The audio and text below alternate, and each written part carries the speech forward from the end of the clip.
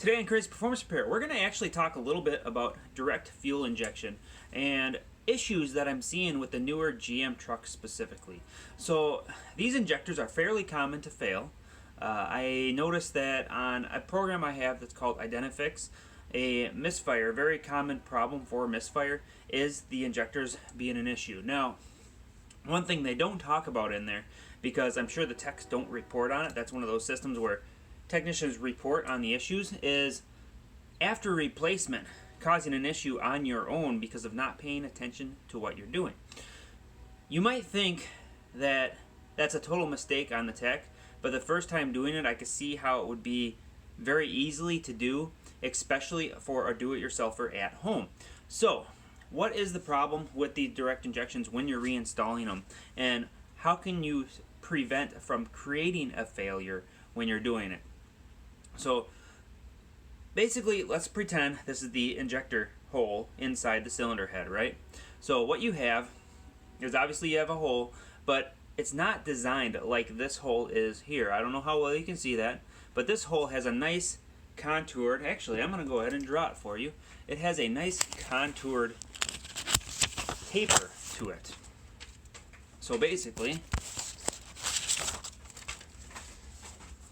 go ahead and draw this out quick. The factory one, I'm going to draw what it looks like on top here. And then the one that I have here, and this is going to be like a 2D cutaway, right? So, grab the camera, show you guys what we're dealing with. So this is what the factory one is like, right? So your injector goes in there like this, okay? And then this is what my little fitting I have, and I'll explain what the purpose of this fitting is a little bit later. But for now, we're just going to talk about this one. So this is the factory hole. Now, the cylinder head is made out of aluminum. And the issue that we have when reinstalling these is, say you pull the injector out, right? Well, what you don't know is that inside this hole here, there is some crusties that built up behind where the sealing surface is. So right here is where the injector will normally sit, right? So it's sitting in the head like this, and as this thing is sitting in the head like this, this is obviously going downward. So any kind of slight moisture, condensation, what have you, will end up down here. And then right around this portion of this thing is where you will end up with some corrosion on the aluminum. So you go to pull these injectors out, right? You pull them out, and what happens to those seals? It rubs against that corrosion, right? So it wrecks them. Well, you're putting in new injectors. You don't care about what the seals look like, so you don't pay attention to the end of the seal. And you think, well, the seal's just old and used, whatever. So you replace the bad injector or all injectors, and if you replace just one, you end up doing the seal, right? So you replace the seals on all the rest of them except for the brand new one you got, which came with seals on it. Now you go to put this thing back in here, and it has to go across that corrosion again. What will happen is it will tear the seal on install. You fire the truck up, and it won't be a problem at first. You'll go for a drive, it'll be fine possibly, or it'll leak. You'll end up with a misfire shortly after that. That misfire is because all the air, the combustion gases, are just blowing past that seal. Since the seal is now torn, it has blown the seal apart, and now you have a leak. Now, these GM vehicles, the big major problem here is there is a huge foam pad sitting over top of this. So you can't hear it outside the vehicle that there's a bunch of combustion gases just blowing right past here. It will darken up and wreck this injector, right? It'll get it too hot. So here is an example of one that happened to, because I actually made this mistake myself once. Now, this injector was going bad in the first place because before I had this issue, I noticed that cylinder was having a little bit of trouble in the first place. But this injector is one that it blew past. I'm going to go ahead and take that seal off of there. Or tape off of there, I should say. This is a raw, uncut, edited, no editing video that I'm doing. That's why you're seeing all this weird movement. Alright, so I pulled the tape off. Now, you can't really tell because I wiped it off, but there was a bunch of soot around here. So if you look right here, you can see it's still a little bit black there. I don't know if it'll come off easy or not, but I did wipe it off. Here's the one that didn't have the issue. So you can see it's clean right here.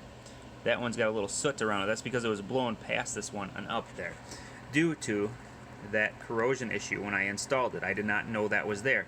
I looked inside the hole, but just by appearance, it actually looked okay. The only way I was able to tell was by taking a injector without anything on it and kind of running it up and down and feeling the hole. And I could feel that it would come down, bounce over something when I pushed it against the edge. I could feel it was hopping over something as it was going through the seal area.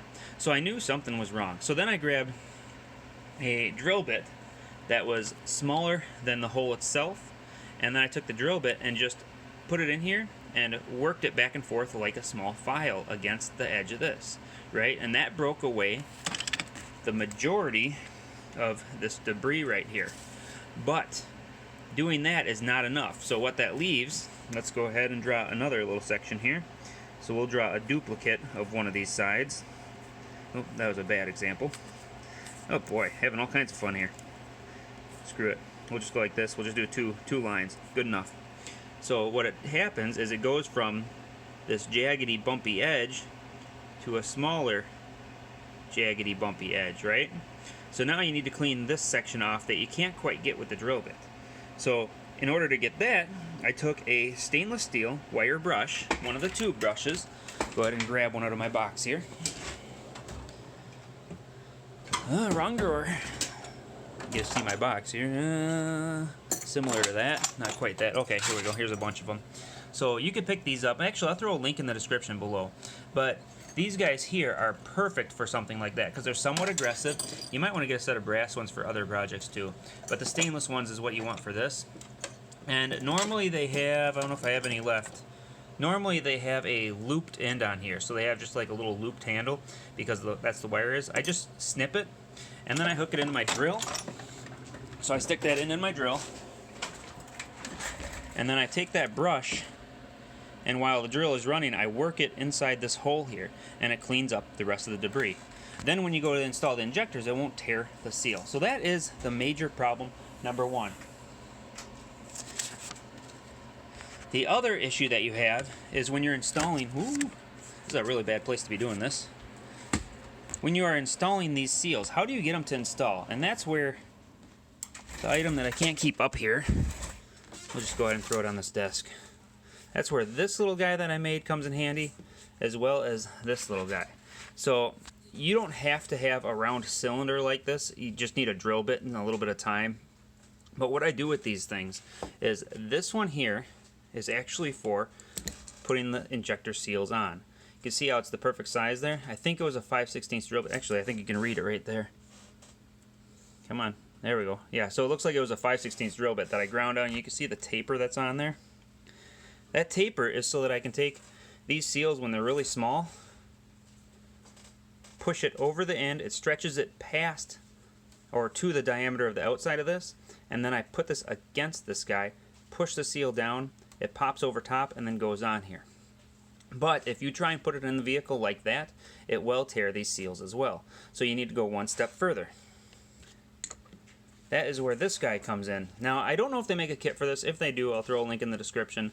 But this guy here is the same scenario, and that is what this taper is. So that hole on the inside looks just like this. It starts out a big hole and tapers down gradually and smoothly to the size that the injector hole is that's up here.